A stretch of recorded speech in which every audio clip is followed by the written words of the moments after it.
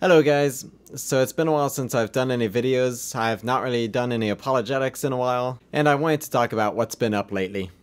A few months ago I came across a video that really captured what I've been going through, and I wanted to talk about the video, talk about the arguments in the video, and in response I'm going to talk about where I'm at and what my plans are going forward, specifically regarding this channel and my overall online presence. So back in November of 2013, I came across a video on William Lane Craig's Facebook page, Reasonable Faith, and the video really spoke to something I was feeling personally. Now unfortunately this particular video, it was just a short Facebook reel, and I couldn't find the full-length video, nor could I really download the reel, so I was only able to get the audio. That said, it's a short clip, so I'm just going to play the entire thing, and then I'm going to go over what my thoughts were of it, and different people's reactions to it. There's a danger that arguments for the existence of God could actually distract one's attention from God himself. We could become so focused on the external arguments that we fail to hear the inner voice of God speaking to our own hearts.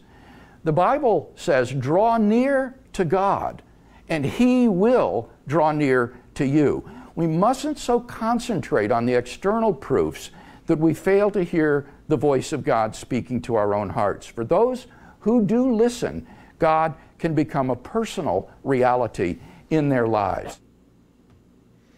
So did that video rub you the wrong way at all? Well, if so, then you're really not alone. Many of the comments in the video were really addressing people's concerns with Dr. Craig's advice, and I definitely understand where they're coming from.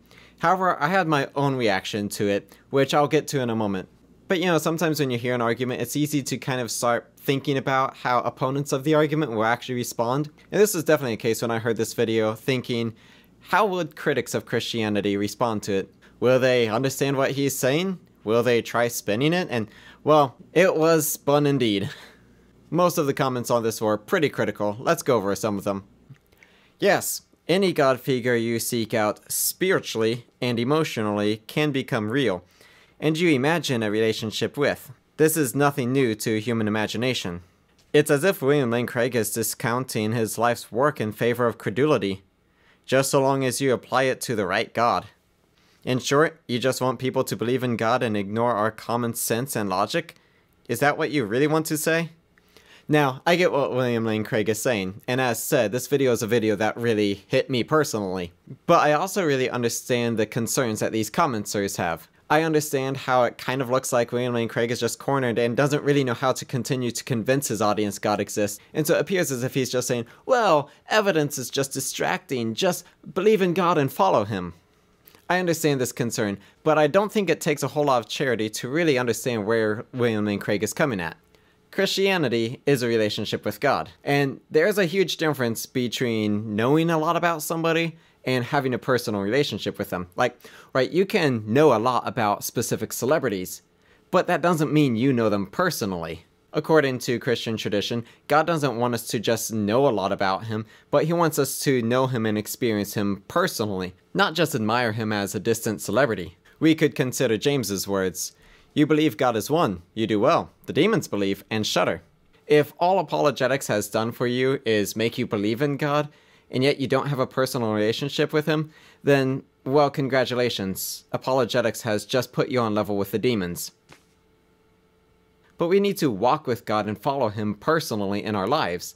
That's what William Lane Craig is really getting at. We're called to know God and walk with Him. Don't let apologetics distract you from walking with the God you already believe in. Now, some of these comments were much more critical and asserted some more false motives into William Lane Craig, some which really border the lines of ad hominems and strawmen. Exactly. Rational arguments will make you realize that there is no rational reason to believe that your pet God exists, let alone that He has attributes or done the things you attribute to Him. Yes, realizing that there is no real arguments which prove God actually exists does distract people from their delusions that a God actually exists. The only danger to arguing over God's existence is the fact that you will inevitably realize there is no God. Comments like this are ironically circular and kind of close-minded.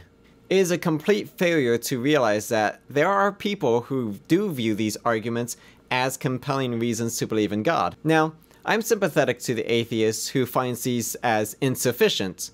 But to say that there are no arguments, or that there are no good arguments for God at all, well, that just makes me think, tell me you've closed your eyes to the evidence without actually telling me you've closed your eyes to the evidence. Look, an honest person can look at the evidence of two sides of an argument and say, I see that position and I see that position. I understand both. A mind truly capable of critical, non-biased thinking is able to consider the evidence for a position with which they disagree. Unless that position is Mormonism. But proponents from these such arguments, which I see from atheists all the time, assert that anybody who genuinely investigates the evidence will conclude exactly as they did. Worse, actually, no argument at all. But if this is the case, then I can't help but think that they never really actually engaged with the arguments in the first place. Now, I definitely understand coming across bad arguments. I understand coming across bad arguments for theism, and I understand growing to the point of where you realize, wow, that's just not even an argument at all. I have definitely seen some of those. Now, when I was younger, I heard a very bad version of the fine-tuning argument. I heard that if the Earth was 1 inch closer to the Sun, it would be too hot to support life. And if it was 1 inch further from the Sun, it would be too cold to support life. This argument is absolutely false. Objectively false. The Earth goes much more than 1 inch in variation in its cycle around the Sun, because of the apsis of the Earth's orbit. In fact, over 300 miles difference between the aphelion and the perihelion. I've also seen some atheist arguments that are just like, how do you even consider that valid at all? If all arguments for theism were this bad, then yeah, I could understand why people say that there are no good arguments for theism. But that's not really the truth. The actual fine-tuning argument looks at strong and weak nuclear forces, the magnetic force, the gravitational constant, and many other such fundamental forces to the universe. These calculations are much more finely tuned and much more honest. Or there's arguments for causality, which I find atheist arguments against causality to be extremely lacking. After a lifetime of not presenting any arguments for God, the world's most useless philosopher finally drops the bomb. And see, that's just a personal attack. The world's most useless philosopher? Lifetime of not presenting any arguments? Really? In other words, close your mind to reality and blindly believe in this old book of mythology. These comments are just straight up personal attacks meant to discredit William Lane Craig and Christianity as a whole. To me, it is such atheists who have closed their mind to any evidence of God and blindly believe in naturalism. And that is the thing, apologists like William Lane Craig really have done a lot of legwork in providing good, robust arguments for theism, unlike flat earthers. But these comments act like he's done absolutely nothing at all.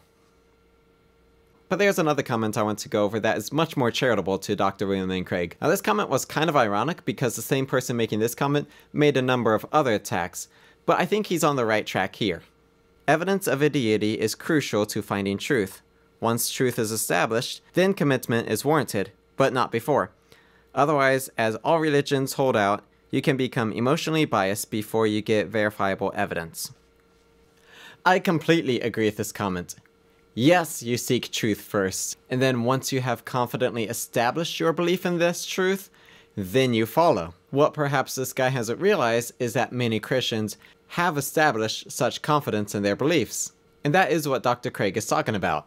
I think to some degree, Dr. Craig is trusting his listener to already have the confidence in their beliefs, while some of these atheists just have so little trust that Christians can have any kind of confidence in their beliefs. To some atheists, it is preposterous that anyone would have any genuine confidence in theism, but to some theists, it is equally preposterous that anyone would have genuine confidence in naturalism. That's where we need to learn to understand each other. Now, let's get to my personal take on this. As said, when I saw this video, I found it to be very relatable. This is something I found to be true and something that I think is important for us to realize. About 5 years ago when I began getting into apologetics, I became amazed at the evidence. Particularly the historical case for Jesus. I grew up hearing Jesus mythicists say that there is no evidence that Jesus ever existed. So to learn the non-biblical sources and the historical support for the reliability of the Gospels, it was far exceeding my expectations. However, as the years went by, I started to become obsessed with apologetics. I became more obsessed with defending the claims of God's existence than I was about God himself. Eventually, I found myself addicted to apologetics. And yes, I mean that. I was addicted to apologetics. I was acting like an addict to apologetics. Meanwhile, I was never reading my Bible, never praying, not even spending a whole lot of time with my Christian friends. And it's funny because Jesus became more than a myth to me. He became a real historical figure who actually existed. But at the same time, God became more of a celebrity and less of a friend. So I've needed to step back from apologetics, and that's where I've been the last several months. And I've not been idle. I've been working on other projects, which I will get back to in a moment. But when people saw my comments on why I needed a break from apologetics, well, they started mischaracterizing me also. Kenton Park, sounds like you are partway to realizing just how awful the arguments from apologetics truly are. And to protect yourself from this revelation, you shut down the last vestige of your critical thinking skills to focus on blind faith. Just saying. Kenton Park, and that was your problem. All you could do was try to defend doubts thrown at you. Of course, you became frustrated, defending something with no verifiable evidence. You did not go into apologetics for truth. You went there for confirmation. And there we are again, like I was talking about earlier. These atheists think that just because I needed a break from apologetics meant that I was at the verge of losing my faith. They could not comprehend that somebody genuinely believes the arguments are substantial, despite my making it abundantly clear that I am more confident than ever in my faith. But hey, I guess I could just be putting on an act that I believe so that I don't have to face the consequences. But you know, kind of like these atheists might just be putting on an act that they don't believe to justify their sin. Just saying. See what happens when we try psychoanalyzing somebody like this. I know atheists get offended when you use that argument against them, so why would you use it against Christians? No, I was not at the breakdown of faith or doubt in my beliefs. I was stronger than ever in my beliefs. As I said, Jesus became more than a legend to me. He became a real historical figure who actually existed. Ironically, however, God became more of a celebrity and less of a friend. It was not a case of doubts, insecurities, or realizations that my arguments were bad. I think they are incredibly strong. It was not me shutting down my critical thinking skills. It was a case of me realizing that I have rationalized my beliefs enough, and now I need to focus on spiritual and emotional growth instead of my intellectual growth. God was more real than ever, but he was also more distant than ever. So, I took a break from apologetics to focus on other things. In all, I've been most attentive in where I'm at and where I think God is leading me. So, what's coming in the future? First off, I don't know the future, but I can follow God in the direction I think he's leading me. I plan to get back into apologetics, but with a twist. Not just apologetics, but also theology. And there's another core part of who I am that I've been neglecting, which is something I truly feel is something God has given me. For the last several years, I've played in the worship band for a number of different churches in the St. Louis area, but I've recently taken on another big project in music. I have just released an album of my own original music, available on Spotify, Apple Music, YouTube Music, and any other streaming service. It has been a lot of work, but I'm proud of the product that I've produced. So if you want to check my music out, I'll include links as well as ways to find it. I'll also include a fitting demo at the end of this video. If you start listening to a song and like, you know, this really isn't my style, just skip to the next song. I'm kind of all over the place in style. I made the album alternative rock, but I could have really had each song be its own genre. And not all the songs are worship or Christian music either. Nor will my music in the future stick strictly to Christian music. You know, Johann Sebastian Bach wrote at the end of his scores, "Glory to God alone." He saw even his non-Christian music as worshipful to God. And I agree with that. To me, there is no such thing as spiritual music and secular music. We can worship God with every ounce of our being. So just being diligent with the work that we do, even in a secular setting, can still be glorifying to God. And that's what I strive for. So anyway, this is my plan moving forward. I'm returning to apologetics, but also theology and music. Eventually, I may even include other things that I'm passionate about. Now some might say, dude, just stick with one thing, it's better for the algorithm. And really, it's my channel, I'll do what I want with it. Also, sticking to one thing really isn't my style, hasn't really edified me much personally, and isn't where I feel like God's leading me. I feel like God is creating a synthesis with my many passions, and I need to develop them and let him work out the details. So is there any reason to believe that anyone who begins investigating the evidence for theism will be disappointed? Nope. I certainly wasn't. I personally found the evidence stronger than I had anticipated, but that's my view on it.